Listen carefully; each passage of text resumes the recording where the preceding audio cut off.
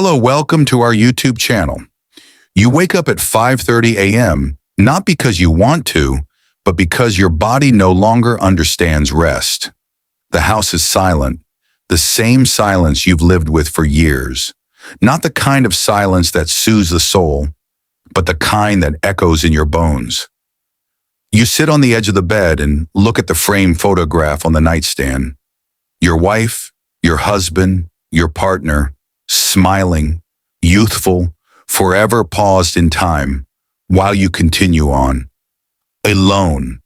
The day has started, but you don't know why. You shuffle to the kitchen. The same coffee, the same mug, the same chair, the same morning paper you barely read anymore. The headlines speak of a world that feels foreign, fast, loud, and no longer yours.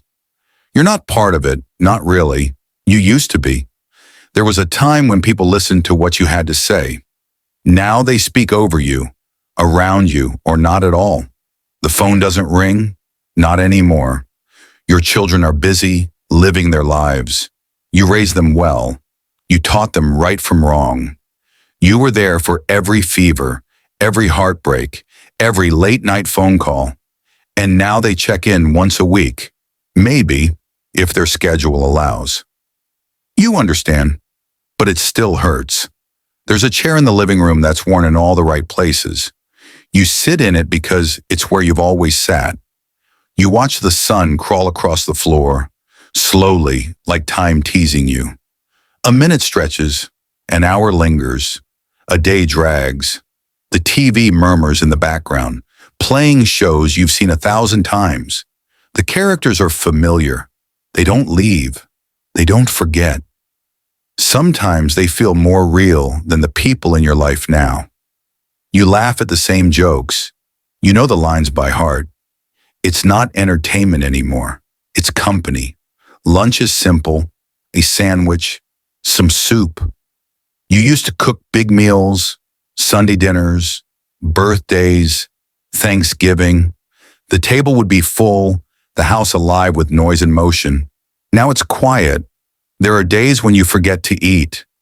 You think about driving to the grocery store, but the car feels less familiar these days. The roads seem more aggressive, your reflexes slower, so you stay home. You always stay home. Your world has gotten smaller. Your home has become your universe.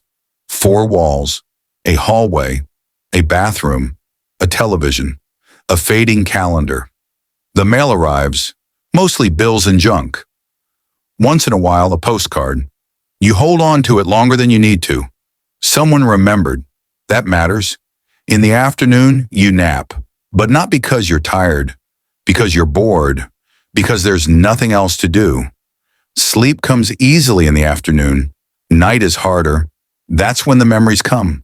The faces, the voices, the regrets. You remember the arguments you should have avoided, the words you should have said, the friends you let drift away, the moments you thought would last forever, but didn't. As the sun sets, the house turns orange and gold. It's beautiful, but it feels like a goodbye. Another day ending, another day closer. Dinner is quieter than lunch. You eat in front of the television. You don't taste the food. You don't care what's on. It's noise. It's something. You wonder about tomorrow. Will it be different? Probably not. You think about the people you've lost, not just to death, but to time, to distance, to growing apart. You think about the last time someone touched your hand, really touched it, not out of obligation, but love. You miss that. You miss being needed. You used to fix things, build things, teach things. Now no one asks you how. No one asks you anything. You are the library no one visits, the treasure chest buried under routine and distance. You go to bed early, not because you're sleepy, but because there's nothing left to stay up for. You lie down and stare at the ceiling. You listen to the sounds of the night, the creaks, the wind, the hum of appliances, all familiar, all lonely. You don't cry, not every night. But some nights you do, quietly, so quietly, because there's no one to hear. You're not angry, not really, just invisible. The world tells a story about aging, about peace, wisdom, dignity, but it often forgets the rest of the story.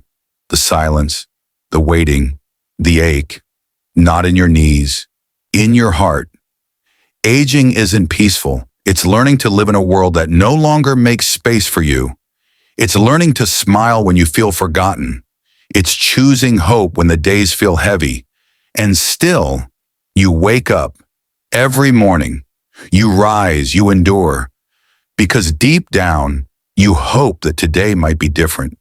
That the phone might ring, that someone might knock on the door, that a voice might say, "I was thinking about you." Because even after everything, even after 80, you still believe in love, in family, in connection.